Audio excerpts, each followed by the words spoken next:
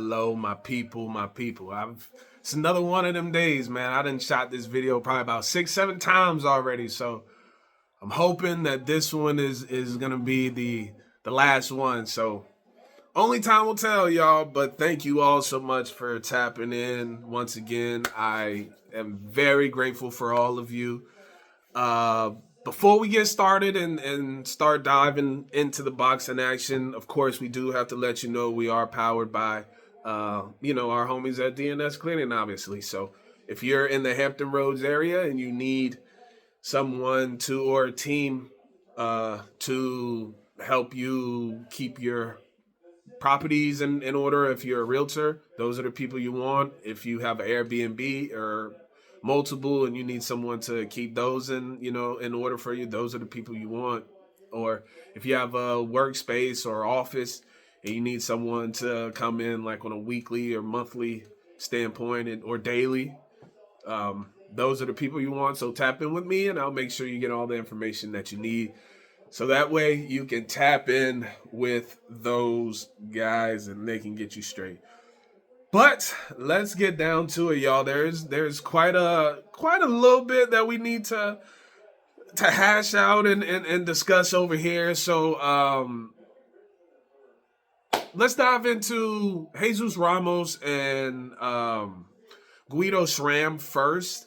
Because shout out to Guido. He was a late replacement, so who knows how long of a fight camp he really had. But he still put on a good performance, right? It was still an entertaining fight.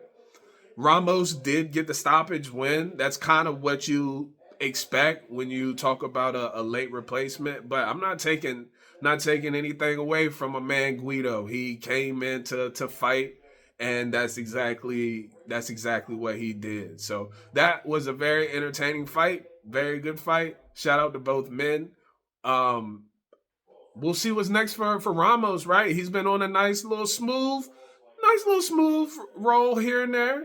Nice little path, I guess you can say, is the best ways to to put it. He's put together a nice little streak. So pretty soon we might start seeing a name that we all recognize as far as who's going to be next in the ring for him. Quick side note, they did have a word with Caleb Plant. Jordan Plant, his wife, did have a word with him. Caleb Plant says he does expect to be back in May, at the end of May. So it's always good to see the homie Caleb Plant in the ring. Always got mad love and respect for Caleb Plant. He's one of those. He doesn't duck or dodge any smoke from anybody, and those are the people that we like over here. So next one we're gonna talk about is Elijah Garcia and Terrell Gausha. This one is a head scratcher for a lot of people because point blank period, Elijah Garcia, to me, did not win that fight, and a lot of people apparently feel the same way. Terrell Gausha, he landed the more impactful punches, the more combinations. Elijah Garcia really didn't move his head too much. And to add on top of that, there was a knockdown that Terrell Gausha got as well. And I believe one of the scorecards had a 96-93 or 96-94, something like that for Elijah Garcia. I have no idea how that math even happened if you look at the fight, because obviously, like we said, the more impactful punches throughout the whole course of the fight, maybe give or take a couple rounds, was Terrell Gausha. So I don't know how that scorecard happened. I don't know how that decision happened. I was watching that fight with my old man, and when that fight was over, I said, there's no way Terrell Gausha loses this fight. And as things started to unravel, it got worse and worse. It said split decision. I said, oh, here we go. Me and my dad, we looked at each other. And then we heard the first scorecard, and then the second scorecard, and then we heard that last scorecard, that one I was just referring to. And I said, okay, it's for Terrell Gausha. And then when I heard Elijah Garcia's name, I said, there's no way that I just watched what I watched and that's what you came up with. Like, I always have respect for professionals that are in a professional sport, whether it's professional athletes, professional officials, and things like that. Obviously, because um, it takes a lot to get to that point. But there's no way that you come up with that scorecard after watching that fight. I get it. Elijah Garcia is the younger fighter, and that's the guy that you want to go to the moon to make you money. I understand that, but he didn't win that fight, and you're not doing him any favors, because what's gonna happen if he gets in the ring with somebody that's better than Gachet? So it's just a matter of time. It's a recipe for disaster. Um, we gotta feel bad for Gachet because he won the fight. There was a couple times, you know, later on he would take a break, but he let his hands go, and it would be effective punching. He didn't have to do a lot. Garcia was the one walking him down, but Terrell Gachet was the one kind of picking and choosing his shots, and they were effective. You give me the more effective person that's picking their shots versus the person that's just coming straight forward and taking all the punishment. And that's what a lot of it was in the second half of the fight.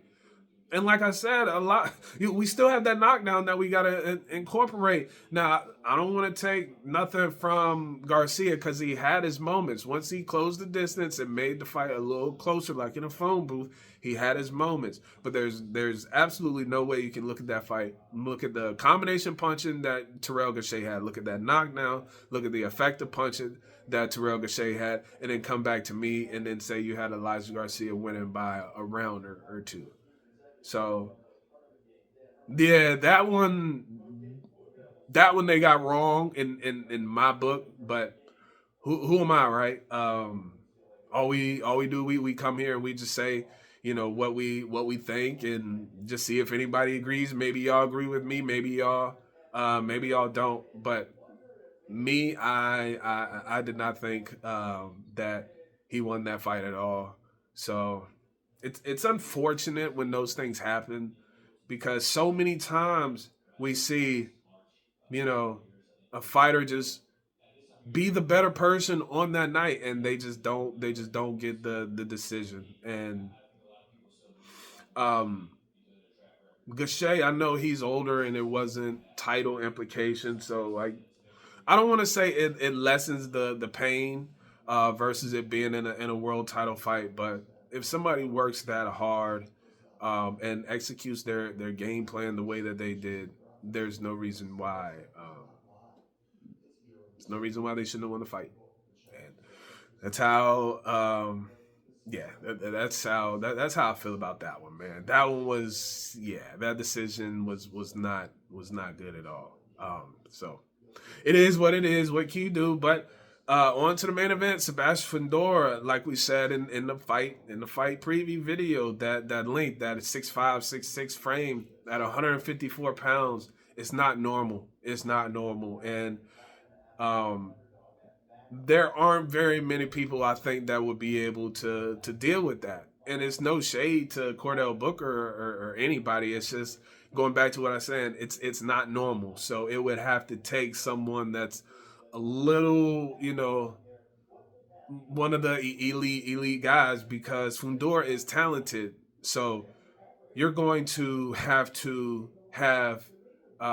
talent, the footwork, the IQ, and all that stuff. And some of it is going to have to be better than Fundora's to even get on the inside in order to be offensive. So it takes, you know, it's going to take, someone special to beat Fundora to get past that frame. But like we said, he did get the stoppage win. I want to say it was round 4 or 5.